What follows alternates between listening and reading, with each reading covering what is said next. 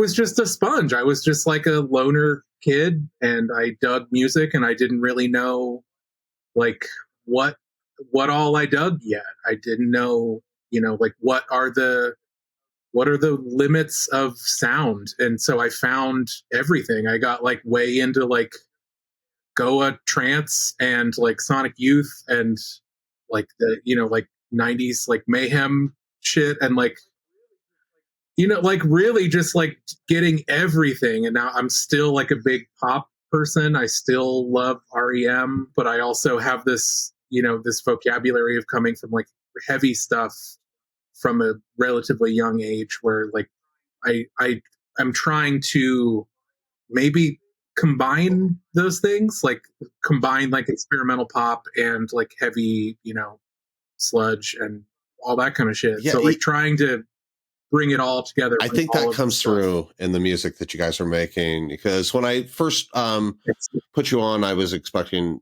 like a traditional sludge kind of sound, but you guys had a lot more going on.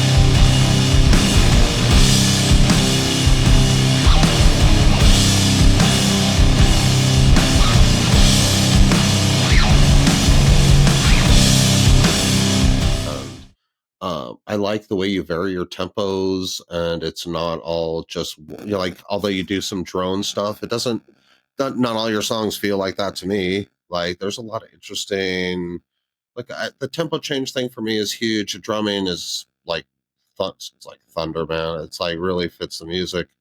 Eric, what about you, man? Were you born with a guitar in your hand, or were you like, did you come to it later? I grew up going to the Catholic school, and I think around fourth grade, so you're 9, 10 years old. I don't even remember how. Sounds about right. Yeah, like the teachers let us try musical instruments to see if we wanted to like play in the school band. I got pretty decent at saxophone, and then around 12 years old, you're a kid, you want to be a rock star. So one of my cousins had a guitar that I borrowed, and I have never taken a proper guitar lesson to this day. So when I first started playing, I thought, oh, the high strings are high, they should be on top. So I inadvertently taught myself Hendrix style. And then once I, got older and had my own money, I'm like, all right, let me get a fucking lefty here. Even though I'm not actually a left-handed person. But yeah, I remember, being 13, 14 years old, and playing along to like Iron Maiden, AC/DC. Um, I got into punk rock and metal at a pretty early age. Um, I remember I don't know, I was 12 or 13 the first time I heard Dope Smoker. And yeah, Yeah, it was still sure. pretty new at the time. Electric Wizard, I remember, I'd hang out in all these like punk and metal message boards. I don't know if this is showing my age here, but game FAQs. Yeah. They had the punk and metal boards. People pointed me to like Electric Sure. Wizard, Dope Smoker. So, I kind of got exposed to that at a young age. And punk rock has been a lot of my life. I kind of cut my chops, playing in bands and touring in, late teens, early 20s, doing punk stuff.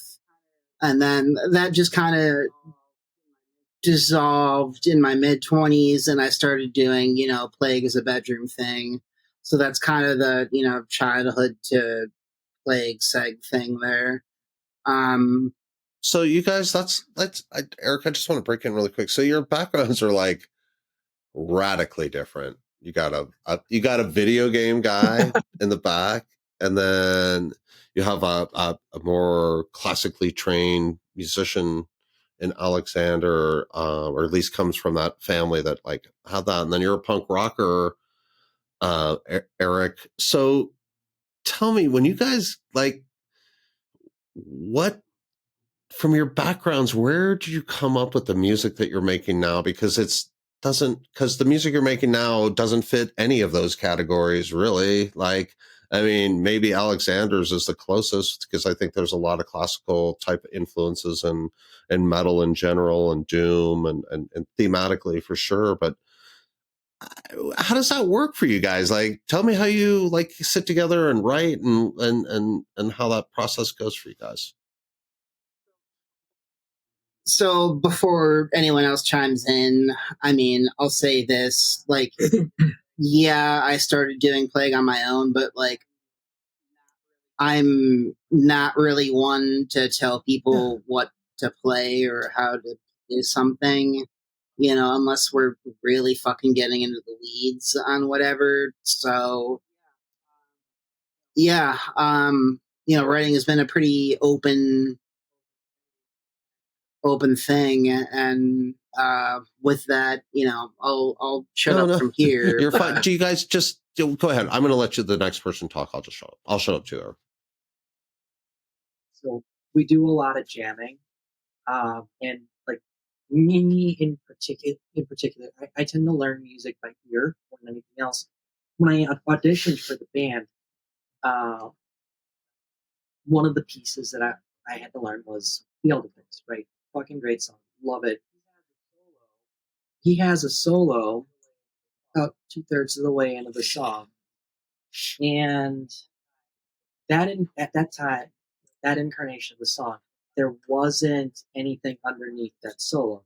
But while I was listening to it, I heard that bass line that turns into that chuggy rhythm part, and I came in here with that for the audition, because that's just Yeah. music. I hear it, right? Um, and like I have a pretty good theory background. I did a couple years of guitar lessons with a classical guitarist, but it's mostly intuitive. I took 4 years of music theory in college, and I don't remember fucking dick. Do you guys find? And my degree's in music business, and also I can't play Guitar Hero for shit. So you're like the Man, you guys. I like. It's one of the things I find most interesting about bands is that guys coming together from different backgrounds, and then, especially musically, and then making music that I absolutely love that doesn't really sound like anything that they really were playing before they got together as a group, man. You guys, I know you have a new album coming out. You've graciously shared it with me. I fucking dig it. I've listened to it a bunch. How do you guys feel about it? How do you guys feel about coming out of the gate? Are you super excited? I feel like it's the best thing that Plague has put its name on. I'm really proud of it. I'm proud to have been a part of it. I think it wouldn't. What you're hearing is like the third time we've tried to record that whole record. So there are so many drafts of all the songs floating around, between various Dropbox accounts. But when it comes time in like 15 years to do the anniversary edition, Bud, man, it'll be a long boy because it's going to be awesome. Yeah. Oh, Abandon take 14 of that song. All right, sick. Yeah, and I think I would be remiss without saying Alexander here, he's kind of the recording person of the band. He knows what to do and how to do stuff best. It wouldn't have come together the way it did without Did you guys produce the album yourselves then? Sure, it would. Just Hell yeah. Yeah, we recorded everything in practice space here where we're at now. And then we had a jazz guy in New York? Oh, he's here. He's here. Oh, okay. Well, we had a jazz guy around here do the mixing, and then Dennis from Bongripper. I think they're still practicing in our building here. They've built us some gear over the years. They did the Dennis did the Oceans EP, but he did the mastering for this one as well. I love those guys. That's a pretty nice connection there for you guys. Do you guys have some? Do you feel like some influence from Bongripper? Is it like you guys feel like you have a kindred spirit with those guys? All right. Yes. I want the long answer. So there is a part of me where the straight up I've always wanted to play a show with Bongripper, and it hasn't happened yet for multitude of reasons, and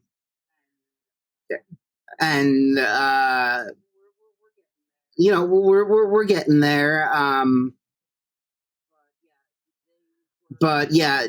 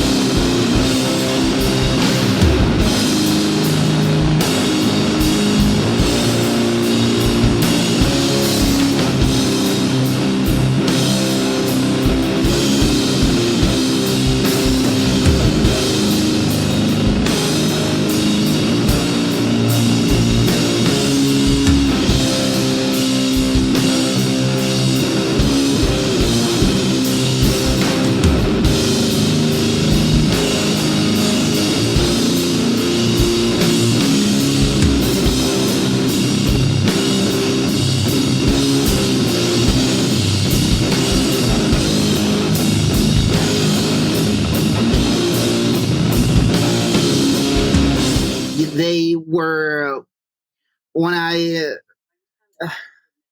just kind of admittedly got into doom metal like out of nowhere. It seems to me like it's the punk rock of heavy metal. It's very simple, very repetitive. You come up with like 2 or 3 riffs, and bam, you've got a whole fucking song. 10 minutes. Yeah, a lot of those bands like Weed or Bongzilla, one we just talked about, their songs are pretty straightforward, they're simple. Bongripper was one of those bands where like, oh shit, you're from Chicago and you do this thing that's dark and sinister that I fucking love.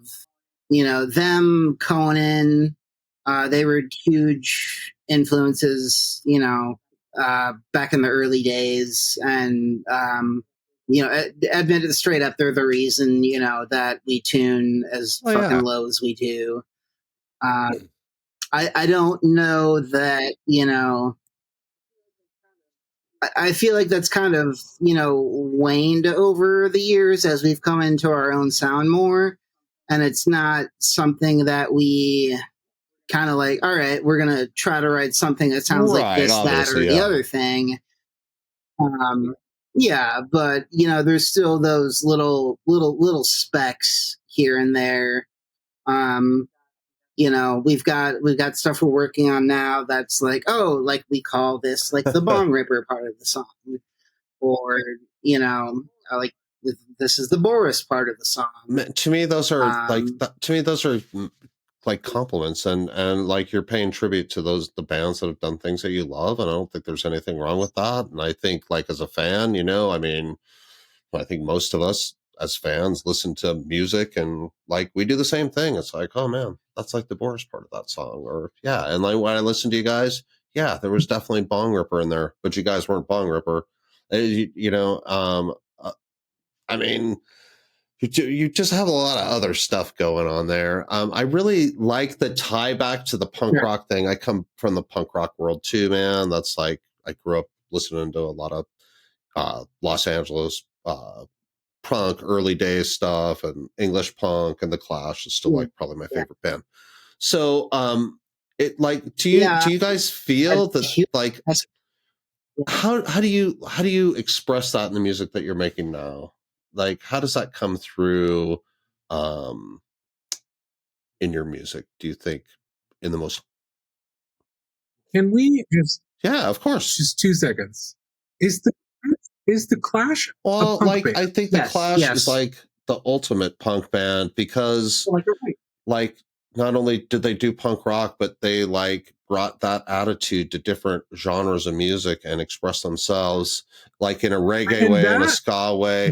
Like, are they like I think they're bigger than that for me. Like, they're like, I mean, I like London Calling's like my favorite like thing that ever got recorded, and it's like, man, the first time I heard it, I fucking hated it. It was like, this isn't a punk rock record. What the hell is this? Well, a little bit of Eric deep lore here. I wrote my dissertation for my degree on the musical evolution of the Clash. Dude, all right, I hope I don't sound like an idiot then, because you probably... No. You're spot on. I mean, yeah, 1977. For the self-title "Give Enough Rope," yeah, punk records with "Give Enough Rope," they started going in. You know, Rudy, "Safe European Home." There's that whole fucking ska break in it. Julie's been working for the Drug Squad. That's a fucking like bar. It's a fucking bar jazz ballad. You know. And then you get into London Calling, Sandinista, like fucking world music right there. I'm glad you, man. That's like, I can't believe I'm talking to you. Like, I like the Clash for me is like, and it just showed me that like, even if you like a smaller genre of music, you don't have to limit yourself into what you listen to. And yeah. Sorry, I know we totally like went off there, but man, I love the Clash. Good luck with that one, Scott Spires. Yeah, good luck with your edit there, buddy. Yeah. Oh, sorry. I guess I'm doing the interview. I'm sorry. I was still like geeking out about the Clash thing. I was like, that's fucking cool. Man, so tell me about your Chicago scene. Like, you guys, like, I'm friends with the guys in Shadow of Jupiter.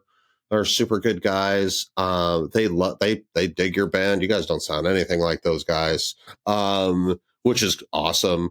What's the Chicago scene like for you guys? Like, as far as gigs and the bands that you're playing with, and just give me your general impressions of that scene. There's a lot. It is a very deep scene across a lot of different genres. We've been playing with more like traditional metal and black metal bands lately. We did a show with Ashbringer, which was really cool. That's a cool band. It's There's definitely like a solid amount of support for this music here. I think Chicago does feel like, especially like a few years ago, it's like a very like doom heavy city. And I think it's widening out a little more now that like more bands are becoming active and like hitting the road again. Um, yeah, we've played, thankfully, like zero like bad gigs. I would say, like That's awesome. everybody that we've shared a stage with has like brought something interesting. Even if it's not like 100% for me, like I can see like what is cool about it and what is new that they're bringing.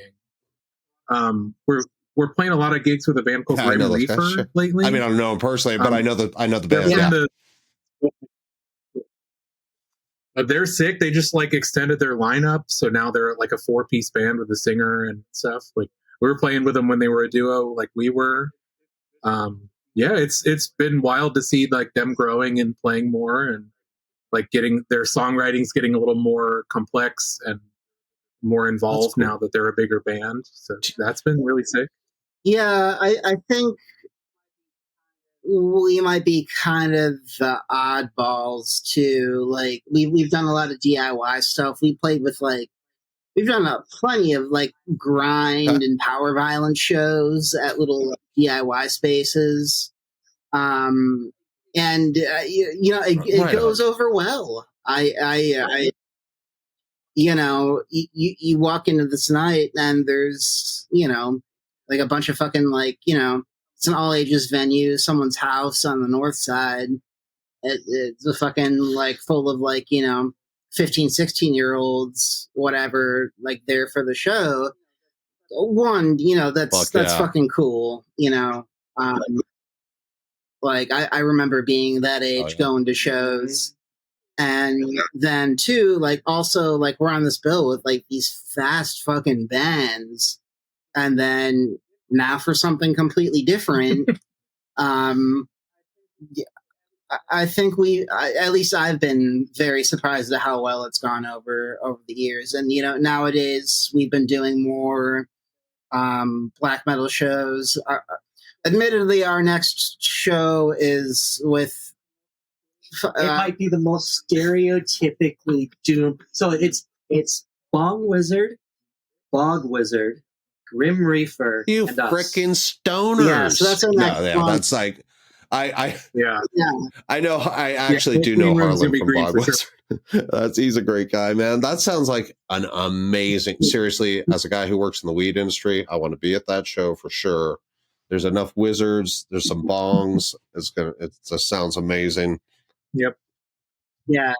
And then our album release show is at one of the, I don't know if you call it the bigger venues in the city, but one of the probably the most historic, more well loved ones, and certainly the biggest one we've played. It's like what how many? I think it's a 500 or 600 cap. Yeah, 500-600 cap room. With Shrine Burner, who are 2-piece, like they're so good. Yeah, they're really sick local 2-piece Conan style band. And then we've got Dead Feathers, which are like a 5-piece like heavy psych band. Where's the show? What's the venue? And it's August 12th, the day the album drops, in the Dreamless Deep at Cool. Talia I just Hall missed the name of the venue. My bad. So yeah, we. I don't want to say that we make it a point to play like all these different scenes, these different places. It's just kind of like if you ask for us, then chances are we'll say yeah.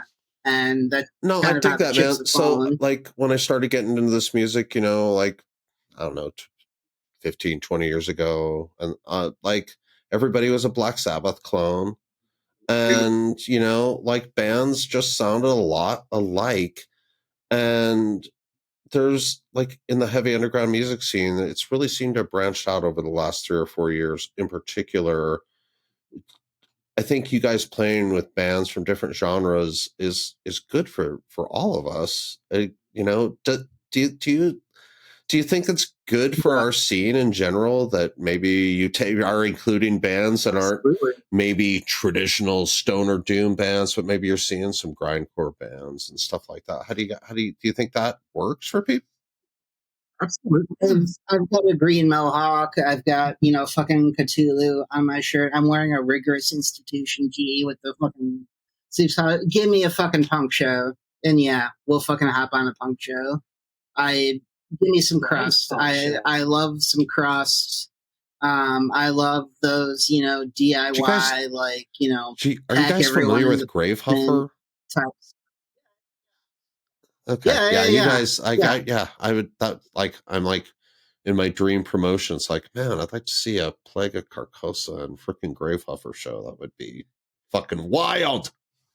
Grave Huffer, if you this, we're down. We're Right on. down. I We'll make was, it happen. man, I'd love to see it. You guys, we talked a little bit about your new album. It's coming out on August 12th, right? You guys, Yep. Via Field Productions, which is a super sweet, typically black metal, but they right. branch out. We are number 570 something from them, so they've got huge back Hey, cool. catalog. But we're thrilled to be working with them. We They were our first choice for a label just because we're familiar with the people who run them. They're absolute sweethearts. They're great people, and yeah, we just jumped at the chance to make something happen Well, with them. and are you guys So going to release The Elder Things as a single? Um, Yeah, there's a single edit that we'll put out probably a couple weeks before the record Perfect. proper. should we talk Yeah, about we could cut. Do you want me to I edit think that you out? should. Okay, cool. That No, will. that's fine. I feel like we filmed a video for it too that's being edited. So Yeah. I'm hoping that we'll have another like a soft launch of that Sweet. track specifically Man, once that video. I'm super excited for Yeah, that. So are you guys doing like a super live fucking shoot? fun. Are you guys like having a story type video for that, or Oh, it's all done. Yeah, the shooting's all done. It's both like one half live performance, one half that'd be narrative. fun? This is kind of your brainchild. So if you want to, Yeah, I just wanted to do like this cool, like pulpy B movie type vibe and juxtapose that with performance footage. Um, we got Colin McCallion, that's his name. He shot the performance footage and he's editing it up, and then we shot the narrative footage at a park, like a state Cool. park in Wisconsin. Absolute middle of fucking nowhere. I'm assuming no deer Yeah. were harmed in the video. Okay. All No, right, no, perfect. only Well, yeah, humans. I like deer way better than humans, so perfect. I get choked the fuck out. I So don't know a lot about Wisconsin, but I know two things: deer hunting and beer. Oh wait, cheese. Aren't you guys the cheese people So too? many- Three Yeah, things. cheese is bigger than beer. Most of the breweries aren't really in Milwaukee anymore. But your first DUI in Wisconsin's a freebie. All right, cool. Yikes. I'm in Colorado. We're isolated. We Yeah. just like every other region of the country is just a fantasy for us. oh no, I heard. On the Clean and Sober Stoner channel. Scott, bear with We'll us. cut that. Oh my God, he would have loved my last video that I did with the freaks. That they drank whiskey root beer floats for the entire interview. So Scott, I spared you that one. Woof. But Okay. those guys are awesome too. No man, you're like Scott. Yeah. Scott. Let me throw some more editing challenges at you as we talk about you. Man, I'm super excited about Scott like putting this on his channel. It's just so much better for you guys than this being on my channel. Like I just don't have a lot of viewers, and I have a blast interviewing bands, and I love doing it. but really the purpose is that you guys get exposure. So I'm moving in a different direction because I really think that like guys like you really deserve as much exposure as you can possibly get. So, Yeah, thank you. We're thrilled to be oh here. yeah, man. Thank you for doing this. This might have been in the shit that got recorded while you were doing laptop stuff, but I think this is our first interview since like 2019. Well, that's bullshit. So like we're an open book. Yeah, we're an open book. It's just nobody. Well, you know what, asks man? us Like I will tell you guys in anything, all honesty, one of the things I love about this genre is there's so many bands, and one of the things I hate about this genre is there's so many bands, and like every fan is in a band, and like I am like part of my relationship deal is that I'm not in a band, but like she's never heard me play guitar. I didn't have to make that deal. There's no band who wanted me to play guitar in their band. But seriously, man, there's like there's so many bands, so many fans that it's like, man, it's like difficult as a guy who works on the media side to like navigate all, like, I mean, literally 60, 70, 80, 100 new albums a month. And so you guys are doing something special because it jumped right out at me. And Eric, I really appreciate you reaching out to me and bringing, it to my attention. But I just love when I just don't like, I'm just not hitting stop after the first 15 seconds, It's like, oh, God, I fucking heard that before, And so you guys are like doing super exciting things, and I'm thrilled about your new album. Thanks. And I want as many people to hear it as possible. And so, hey, I'm going to get back to the interview part in a second, but I'm going to do I'm going to write an article about you guys and talk about the new album and do like a mini review of the album inside the article and stuff. But we're going to put that out. Scott's going to put that out too. And so we kind of want to like hit like a multi-tiered approach. It's beneficial for both of us, more people hear about you guys. And then like, obviously we have like on our side, we need exposure too. So people are watching our shows. And so we figured if we could put your single out on Monster Riff at some point when you guys are ready for that to happen. It doesn't need to be exclusive or anything, we don't like, but we would like to, to give the people who are following the blog, natural progression. They can read the article, they can watch the interview, they can hear your music. And then on the 12th, they fucking bust their wallets out and they buy that shit. And so, hell yeah. Right on. So, right. Well, cool, guys. Okay. I'm going to get back to like the last part of my interview that I do.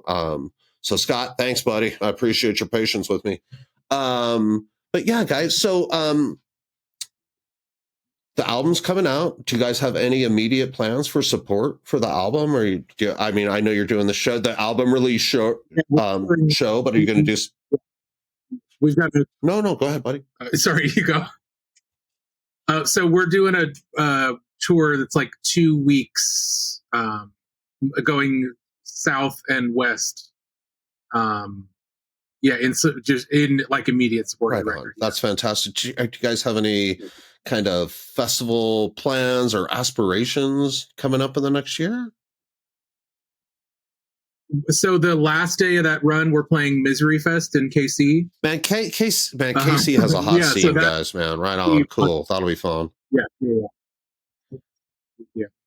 Yeah, we're big fans of that area. So much good stuff coming on there. Yeah. Beyond that, there's some aspect of us that's like, all right, on to the next thing. We've got stuff in the works that we've admittedly had cooking for a couple of years now. It's like, all right, what can we do with this track that we've been playing for a while? We've got plans to turn it into another release. But yeah, I guess I think what we're really hoping for here, and I don't think this is out of line to say, but we're hoping to do bigger local things. The local band, or maybe not local, but the Chicago band Huntsman is playing with Primitive Man. Coming up soon. Bongripper will go to Europe every so often to do some stuff, or different fests around the country, and then if that'll be the only Right. thing they do for a long time. I'm not saying that we're gonna kind of adopt that schedule, that pattern, but I it would be nice to be able to do kind of bigger stuff now that we've got something with a label like Fiat under our belt, something that will have a bit more exposure, and frankly something that's you better. guys, I think Like this- that's absolutely going to Yeah. happen. I'm hoping that like this interview is like a kind of on the path to having those things happen for you guys. You deserve the exposure. Your music's awesome. You guys, you're fantastic guys. I've absolutely enjoyed talking to you guys. It's been super fun. And yeah, man. Well, hey, you know what? At the end of the interview, I always like to give bands just a chance to say whatever they want to say. I've told people they could say hi to their moms, and I've heard a horrible story about someone's mom who passed away. So I'm not going to make any suggestions. But if you guys want to just throw a shout out, or just thank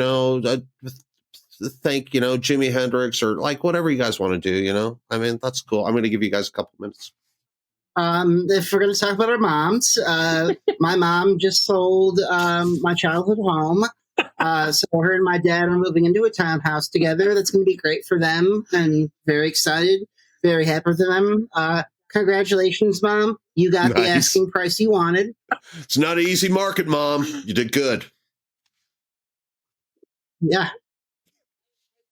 I want people to discover the record and to enjoy it. Hopefully, I'm assuming probably like a lot of people's introduction to this project. So I hope that you like the album, and it's out there. We definitely spent some time on it.